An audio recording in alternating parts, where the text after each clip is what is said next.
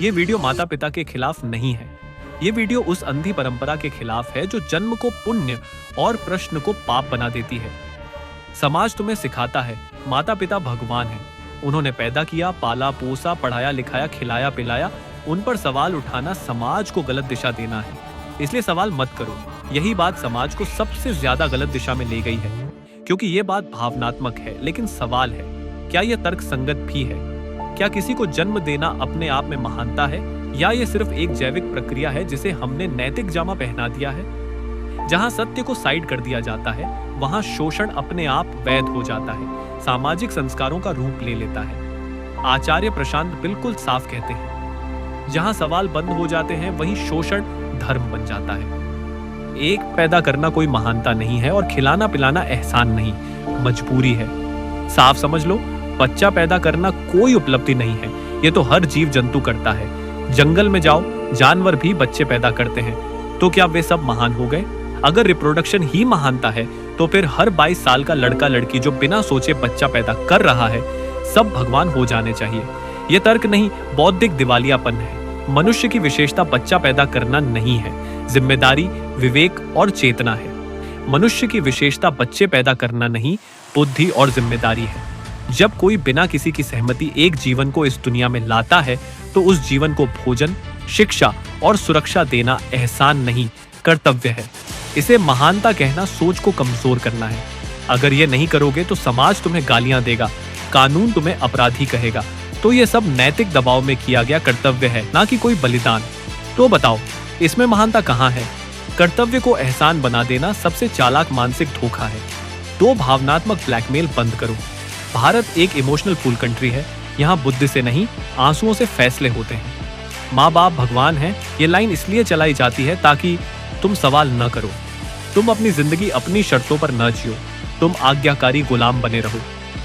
आचार्य प्रशांत कहते हैं, जो रिश्ता सोचने से रोके वह पवित्र नहीं, दबाव भरा जहर है। 3. माता पिता मतलब महान, यह भ्रम है। अगर सिर्फ बच्चा पैदा करना ही महानता है, तो फिर अनपढ़ और पढ़ा लिखा, गरीब और अमीर, जागरूक और अचेत सब समान रूप से महान हो जाएंगे। लेकिन वास्तविकता यह नहीं है। जो लोग बिना तैयारी, बिना मानसिक और आर्थिक स्थिरता के सिर्फ सामाजिक दबाव में बच्चे पैदा करते हैं, क्या उन्होंने उस बच्चे के जीवन की गुणवत्ता के बारे में सोचा? यही असली सवाल है। 4 माता पिता भी गुलाम हैं। कड़वा सच सुन लो, तुम्हारे माता पिता भी इसी समाज की कंडीशनिंग के शिकार हैं। उन्होंने भी वही किया, जल्दी शादी, बिना तैयारी बच्चा, वही स्कूल, वही नौकरी, वही भीड़। अब अगर तुम उन्हें महान मानकर उनकी हर बात मानोगे, तो तुम भी वही गुलाम बनोगे।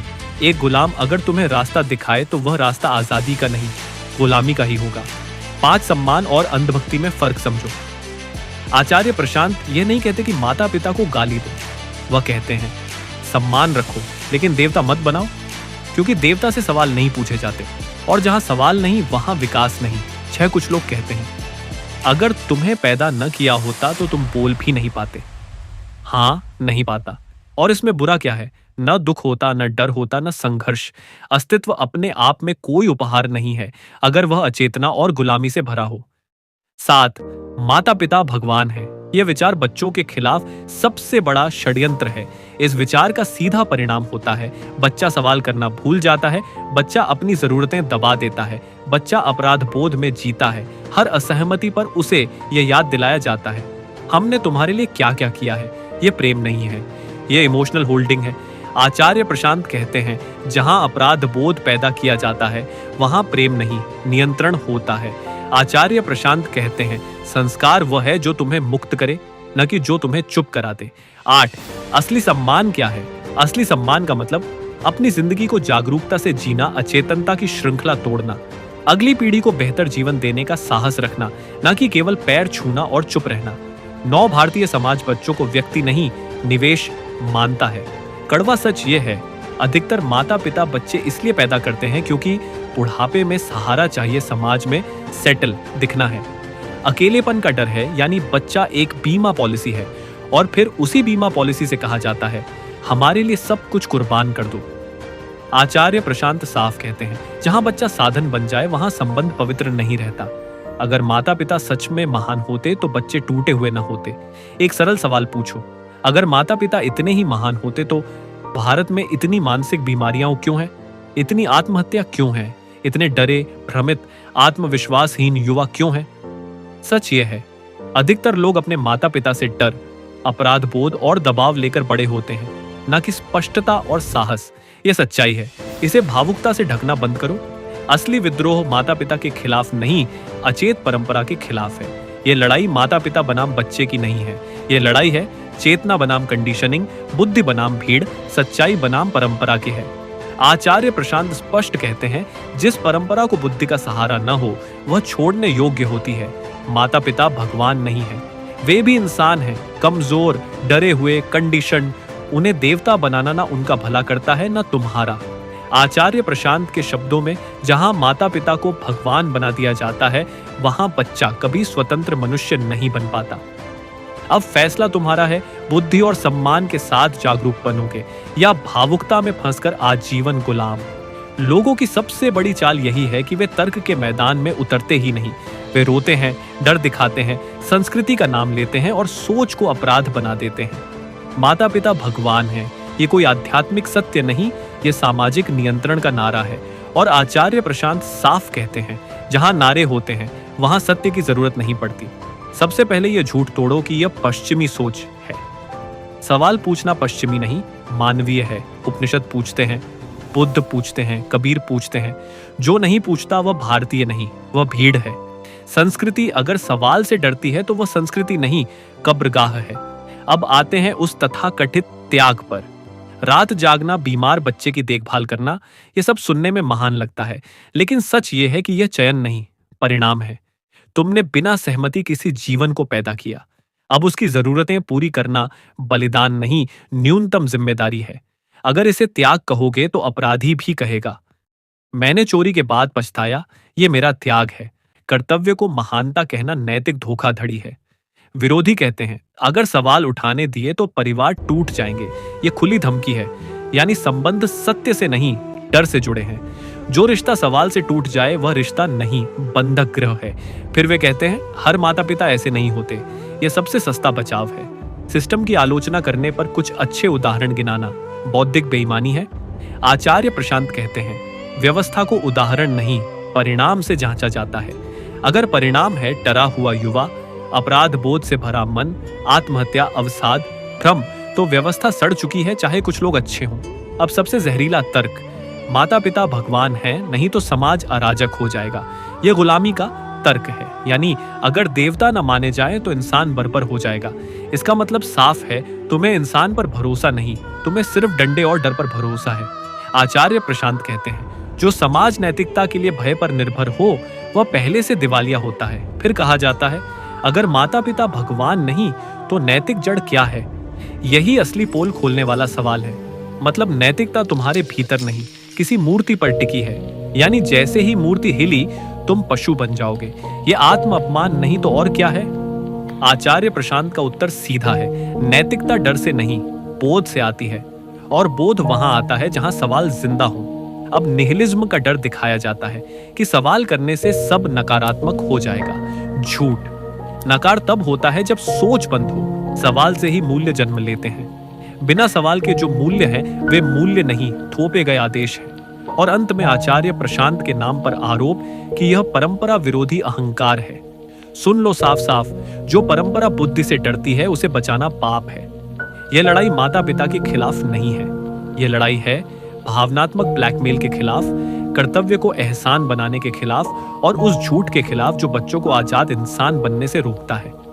आचार्य प्रशांत के शब्दों में, सम्मान वह नहीं जो तुम्हें चुप करा दे, सम्मान वह है जो तुम्हें सच के योग्य बनाए। अब निर्णय स्पष्ट है, या तो तुम भावुकता में सुरक्षित गुलाम बनो या बुद्धि के साथ असुविधाजनक रूप से मुक्त इंसान। बीच का कोई रास्ता नहीं है। अब अंत में बात एंटीनेटलिज्म की, लेकिन नारे की तरह नहीं, विवेक की तरह। एंटीनेटलिज्म का मतलब जीवन से नफरत नहीं है। एंटीनेटलिज्म का मतलब है अचेत जीवन उत्पादन से इनकार। आचार्य प्रशांत के दृष्टिकोण से देखें तो प्रश्न ये नहीं है कि बच्चा पैदा करना सही है या गलत। प्रश्न ये है, क्या तुम इतने जागरूक हो कि किसी और को इस संघर्ष, इस भ्रम, इस असमानता, इस पीड़ा में लाने का नैतिक अधिकार अपने हाथ में ले सको? अगर जवाब नहीं है तो न पैदा करना पलायन नहीं, जिम्मेदारी है।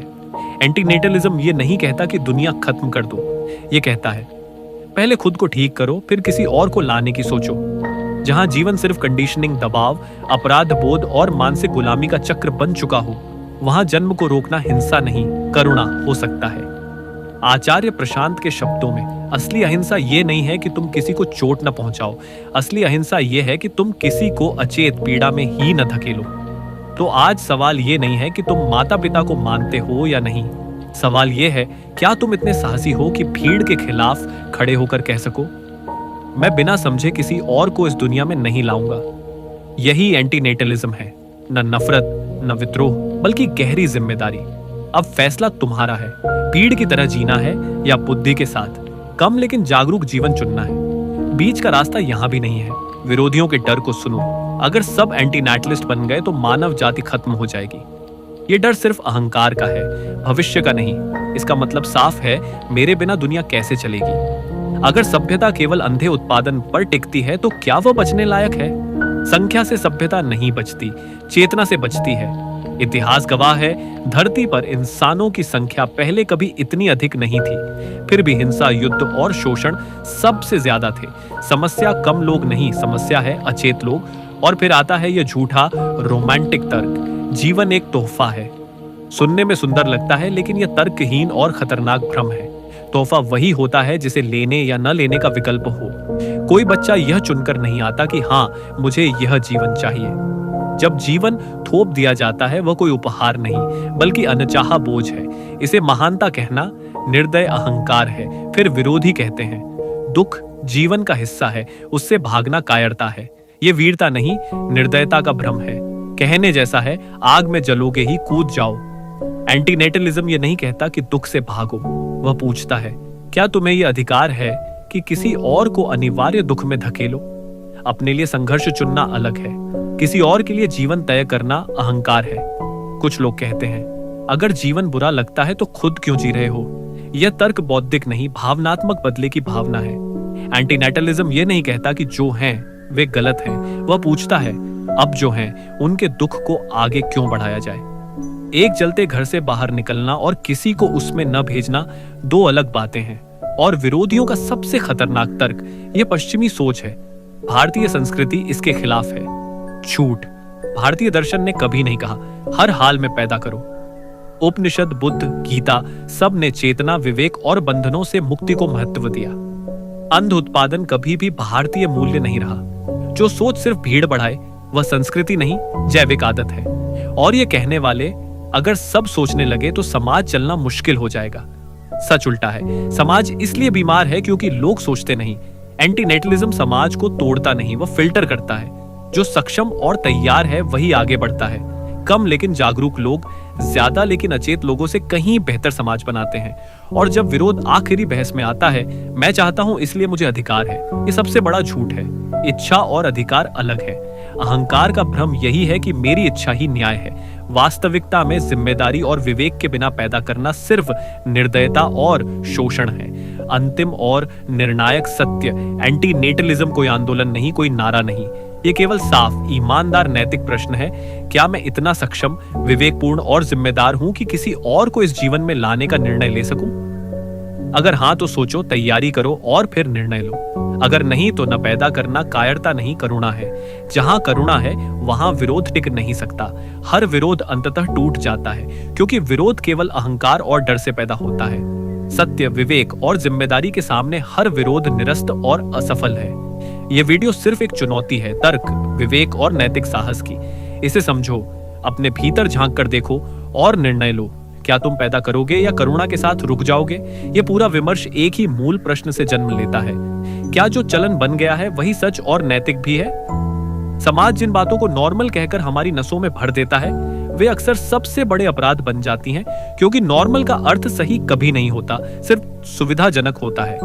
वही सुविधाजनक झूठ पीढ़ियों से दोहराया जा रहा है। शादी करो, बच्चा पैदा करो, कर्ज लो, समझौता करो और इसे ही जीवन का अर्थ मान लो। यही वह बिंदु है जहां चेतना मरती है और भीड़ शुरू होती है।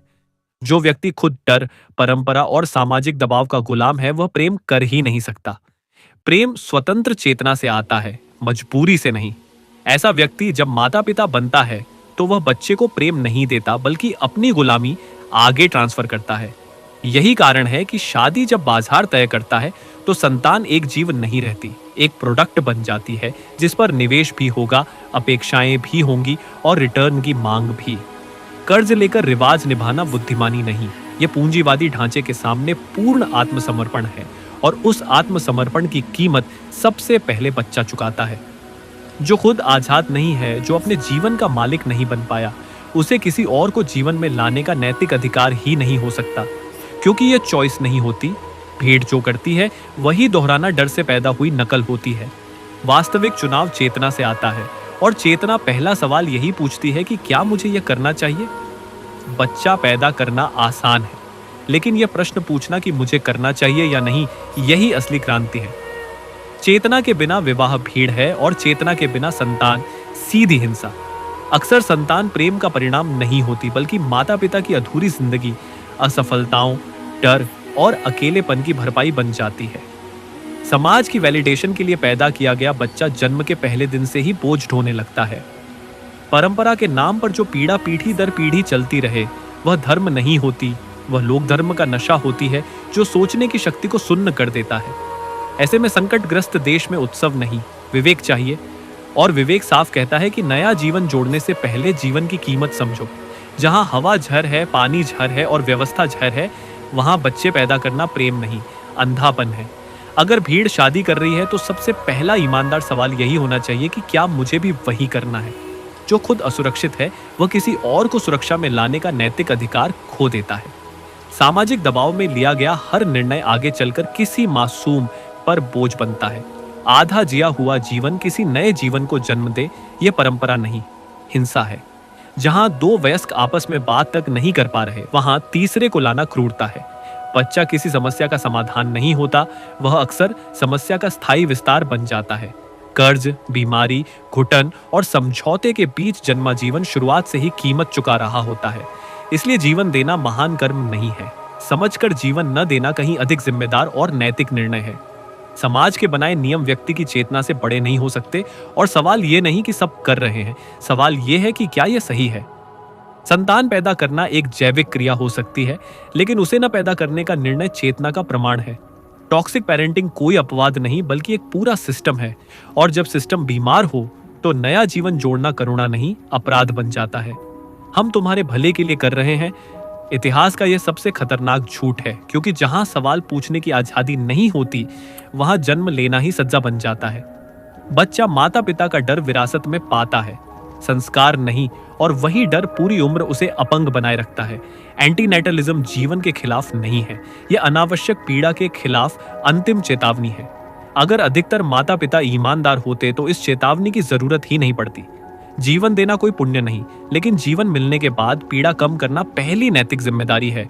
और अगर बच्चा हो चुका है तो सबसे बड़ा अपराध अपनी गलती को न मानना है। भूल हो सकती है, लेकिन उसे दोहराना हट है। जो चेतना यह समझ लेती है कि मुझे बच्चा नहीं पैदा करना चाहिए था, वही चेतना अब उस बच्चे को भीड़ से बचा सकती है। अच्छी परवरिश का अर्थ बच्चे को अपने जैसा बनाना नहीं, बल्कि उसे अपनी गलतियों से मुक्त करना है। बच्चे को धर्म मत दो, उसे प्रश्न करने का साहस दो। पेरेंटिंग का मतलब नियंत्रण नहीं, धीरे धीरे नियंत्रण छोड़ना है। अगर तुम अपने बच्चे को इस बेरहम दुनिया के लिए तैयार कर रहे हो, तो पहले खुद ईमानदार बनो। जीवन छोटा है, इसे सुधारो, किसी और पर मत थोपो। अनावश्यक जिम्मेदारियां कभी महानता नहीं बनाती, और बच्चा न पैदा करना नकारात्मकता नहीं, यह करुणा की पराकाष्ठा है।